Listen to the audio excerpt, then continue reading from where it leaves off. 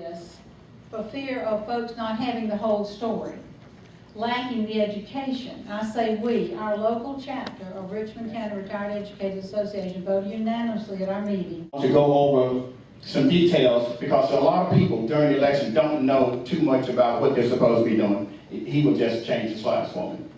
Thank you. Next slide, please. These are the representatives for the Board of Elections. I'm sure we have met them. Next slide, please. And this is the staff. Next slide. Contact information.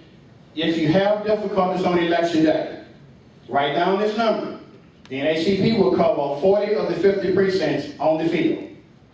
We will be there. But if you can't reach us, this is the number you should call. 706-821-2340. And the fax number is also listed. Any complaints that we can't address on election day. Next slide. Get ready. Am I registered? Where do I vote? Question mark. In order to vote in the election November 6th, you must have a register to vote no later than October what? October 9th, which is passed. So anyone registered after that given time will not be able to vote in this election, but in future elections. Are we clear on that? Okay? If a person has been convicted of a felony, can they ever vote? A person who's been convicted of a felony, is completely served their sentence, they're off parole, probation, and have paid all fines, may register to vote. No person actively serving a felony conviction may register to vote. That is the current law, and we're fighting to change that. Get set, confirm your status, review your ballot. No matter how big a hurry you're in on election day or early voting if you voted today, don't rush through the process. Take your time. Once you push that ballot, it's over. You can jump up and down, scream, hoop, and holler. There's nothing the NACP can do. There's nothing the Board of Elections can do. If you punch that ballot and it locks in, the vote is going to be counted. You can't change it, okay? Confirm your voter registration status. If a person has any doubt about the status of voter registration and location of a polling place, they should check on their status before election day. Call who? The Board of Elections. If you have moved, you have residency issues, don't know if you got a card, that card won't count. You don't need nothing but your photo ID is what I was told. A person who may check their status by calling who? The Board of Elections. You can also look at the Secretary of State's website. Most people have PDAs. So you can get your PDA and go to the Secretary of State website, or go to augusta.ga.gov website, okay? They are listed. That's why Board of Elections locally. Next slide. This is the web page what it looks like. We move forward. Vote. Know your options. The Board of Elections main office, the Henry Brigham Center, and the Warren Road Recreation Center. Those are the three I think that we have listed. The hours are listed. All persons voting during the advanced voting period must provide one of 6 acceptable forms of identification prior to casting your ballot. Next slide. Advanced voting. The last day for advanced voting period will be Friday, November 2nd. No, absolutely no ballots will be issued on Monday, November 5th. If you have not voted by Friday, November 2nd, you will need to report to your election day polling place in order to vote. Your election day polling place will not be Henry Brigham Center. Your election day polling place will not be Warren Road unless you actually vote there, and it will not be downtown unless you actually vote there. It will be wherever you vote normally, other than during early advanced voting. Are we clear on that? Thank you. Next slide. Election day voting. Election day voters must report to their assigned polling location. Wherever you vote on every primary or general election, that is where you should report. There are 50 different locations. Each voter is assigned one. If you don't know where to vote, call where? The Board of Elections, and they will help you. The polls open same time, 7 a.m. to 7 p.m. You can't vote if you get there after 7 p.m. They stick to it. Okay? All persons voting at the polls on election day are required to provide a form of ID. That is a photo ID. The other pieces of identification really are not necessary. You must have that photo ID. Next. Other stuff. Do I have to choose a party in November? The answer is no. You may vote however you want to in November. During a primary, you have to choose, but not during a November election. Can I vote a straight party ticket? No. In the state of Georgia, we don't do that. Georgia no longer uses straight party voting. It was once in place for decades, but in 1992 the law changed, and straight party voting is no longer used in the state of Georgia. Do I have to vote on everything on the ballot? The answer is no. You may skip races if you like. It's your power. It's your decision. It's your vote.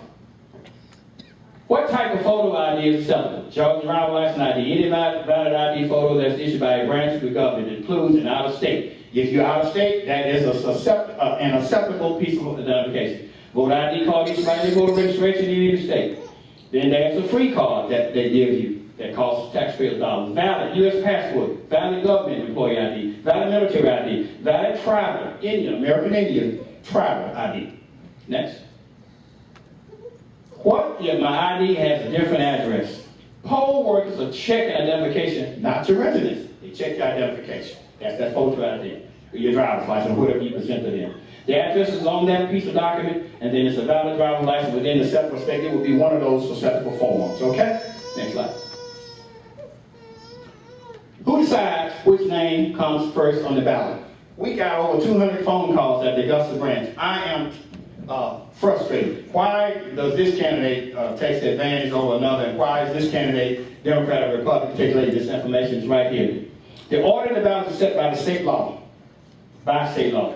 For partisan offices like Republican or Democrat, the party whose candidate who won the state during the previous general election gets the honor and is placed first on the ballot. Right now, that is the Republican Party.